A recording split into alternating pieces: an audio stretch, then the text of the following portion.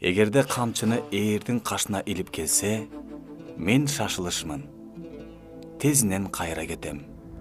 Шамшым өткенге дасторконуңду бачымдан дайындай кал деген белги болгон. Ошондуктан үйдүн ээси тез быша турган тамак жасай калуусу керек.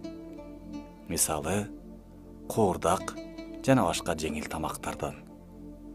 Эгерде камчыны өтүгүнүн кончуна салып кирсе, үй ээси мен конок болуп түнөймүн. Каадаңды көр деген белги.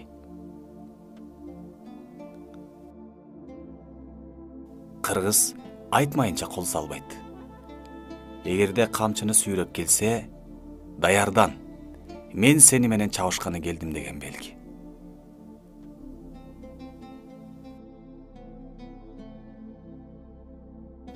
Эгерде камчыны мойнуна салып келсе, кечирим сурап келгендиги.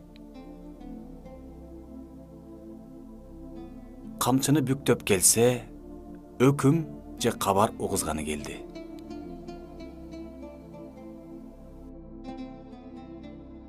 Камчыны колтугуна кыстарып жүрсө, мен жок издеп жүрөм, мал издеп жүрөм, чоочуба, үйдүн ээси деген белги болгон.